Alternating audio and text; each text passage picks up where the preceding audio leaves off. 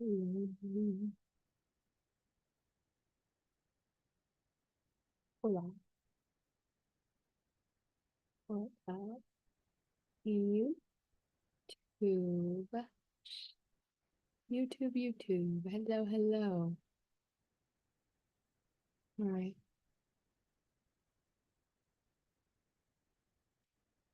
And we are recording. Okay. Hello, hello. Welcome to Rise and Shine with Morning Moon. I'm your host, Coach Lacy. If you haven't already today, make sure to check into your wellness foundations and check in with the checklist on our Facebook group, Rise and Shine with Morning Moon, or you can download our checklist from my website, www.lacyjwatson.com, and the release guides with the foundation checklist. Hi, friends. It is late on a Friday.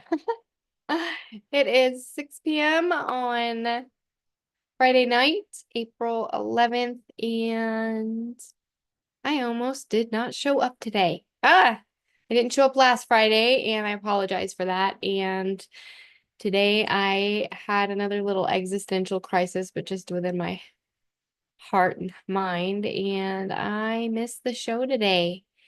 And life got busy as it tends to, but before I knew it, I'd moved through the day because I was thinking it was Saturday, trying to prepare for the weekend. And I knew it wasn't Saturday, but my mind, I kept thinking it was Saturday. And when I finally realized that it was still Friday, I had that sinking thought that we tend to have sometimes when we are engaged in life and projects and commitments of why even bother? Why should I bother? What's the point? Who is going to watch it anyways? No one cares if I show up or not. And that's when just a general heaviness hit me, and I was having a really good morning. There wasn't a turning point per se where I felt this. I actually had a great day. It just was really busy. I started my day off really busy with clients. I had a couple clients this morning, and then I went off to Alethea and was the lesson at the horse riding center. I think that's what set me off was my lesson. And my lesson is like a really special time that I spend with my stepdaughter, and it's something that we've done for a couple of years now, and it's just something I really love. And today after the lesson, I just kind of had a heaviness that hit me. Not really sure. I mean, I know why, but there was just some things that I was thinking about in relation to life and the week that we just had. And, you know, the heaviness hit me, that existential dread, I suppose. This kind of hit me driving home. And it's just been a week of disappointments, basically. Plans just haven't panned out. Moments that left me feeling, social moments that left me feeling like an outsider, that I had old wounds that I had healed, just, you know, quickly getting ripped off and coming back to the surface, just in an instant. And it's not because things didn't go the way that I wanted the last couple weeks. It's because the suddenlies, right? It's the suddenlies, and I have had a lifetime of suddenlies and chaos, and um, where I am rubbed raw of chaos and conflict and changes and suddenlies. And I'm rubbed raw of the suddenlies. And I really just started to feel alone in it. And I don't know if you guys have ever had a feeling of just having had enough of something and just being at the end of just you've been rubbed raw, you're done. Like it's really, oh, like I can't describe it. But when it comes to big changes or chaos or the suddenlies, the big things that we don't control, the uncontrollables, even though I have my anchoring in process and the things that I do to keep myself sane, I am just done with the suddenlies. And so it really just hit me like a ton of bricks. And I just hit this point of like beyond of beyond rub raw of just the suddenlies and the uncontrollables and the things I can't do anything about because my life has been absolutely full of it. And from the, all the death I've endured and the grief and the loss and just changes and just everything, choices of my own, I am I'm not even tired. Like the word isn't tired of it. It's not tired. There's no fatigue there. It is just like if you have a like an old wound and you just keep opening it and opening it and opening it and it just hurts and it's just like done. Like it just like you just want to cut it off. And that's where I feel. And this week I really had to push through that and I had to really anchor into God. And I honestly don't think I anchored in enough to my foundations in God and whatnot because I'm helping take care of other people and like my husband and things. And this week has been just a lot of doctor's appointments and one really hopeful doctor's appointment and one really like, oh, doctor, just typical, and like another that was just, whatever. And so these things are just, I have these moments of where I just feel like I am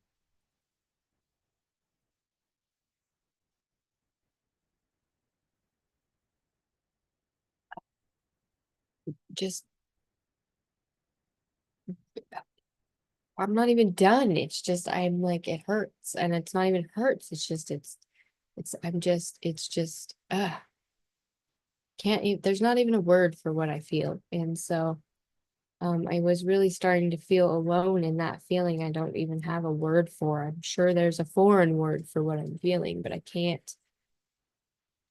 cannot describe it. And if I ever find a word, I will let you know. But there's no word for the feeling that I've got. It's just, and it's still, and only God is helping me through it. And the love of my husband and the love of my dog and my mom and my dad and my grandpa and my family and my friends. And like, if it was not for that, I don't know this feeling is that feeling. I'm sure it's why people can commit have the momentary lapse of reason, and I'm far beyond that. But like I don't, feel the need to just I have a wonderful life and I would never ever commit any sort of atrocity like that, especially as it's been committed in my family. And it's just like and I've already, I've had so many attempts for that to take my own spark. And I would never be able to do that to myself. So, I just feel, I guess, just rubbed raw and started to feel that existential dread and feeling alone. I never feel completely alone because I've God and my husband and my dog. And my husband is really just, um, oh man, he is the light of my life. And we have our moments, but as we progress through all of life's challenges, we have just been forged stronger. And the last event just like sealed it for us. I think that we are going to just die in the same grave, like be buried in the same grave together. Him and I are just one and the same. And just, I just couldn't imagine my life without him. And him being sick has just really solidified that. Um, and I just love him and thank God for him every moment. So I'm never fully alone. But like I said, I was speaking into the void and I've been building something, I feel like nobody sees sometimes. And there's moments where I wonder, if I am if if I should just quit, you know, going down fantasy land. But and then look at my clients and I work with my clients and I realize this is why I do this, because my clients have these breakthroughs that are just absolutely phenomenal. My health coaching clients and my business clients just have these phenomenal major breakthroughs that are just incredible. And sometimes the process can be slow, and people are like, but my process is slow too. And life just, you know, makes you wonder. And I'm always wondering if I should, just move home, always wondering if we should just move home. And I know that day is coming and it's coming soon, especially with all of the laws they've just passed in our state. I mean, there's not much keeping us here. I mean, there's a little, but with my business going virtual, it's, the world is our oyster really. And I would love to be with my family. But, I remember that God has placed me here and I have such a wonderful social circle and business circle. And just because something is quiet in the moment and I'm not feeling totally seen or heard, it doesn't mean that it's not working or that it's not sacred and then it's not meaningful and then it's not being seen, because sometimes the meaningful is in the quiet. And, you know, when I'm feeling lonely and I'm feeling misunderstood, it's not from being physically alone. It comes from being more unseen in rooms that you'd hope to be known and rooms that you'd hope to be a part of what's going on there, and I felt that a lot this week. And I felt that a lot in my life generally overall, and so if you are there too and you've been wondering what the point is of all of this, if you've been questioning the space that you take up or the voice that you are trying to use and trying to have be heard,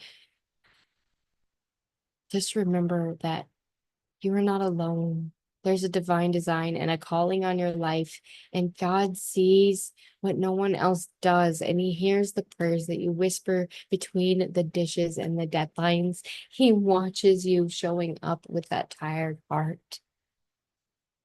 And if God's not your thing, then know that you are loved and people see you no matter what. You're not invisible.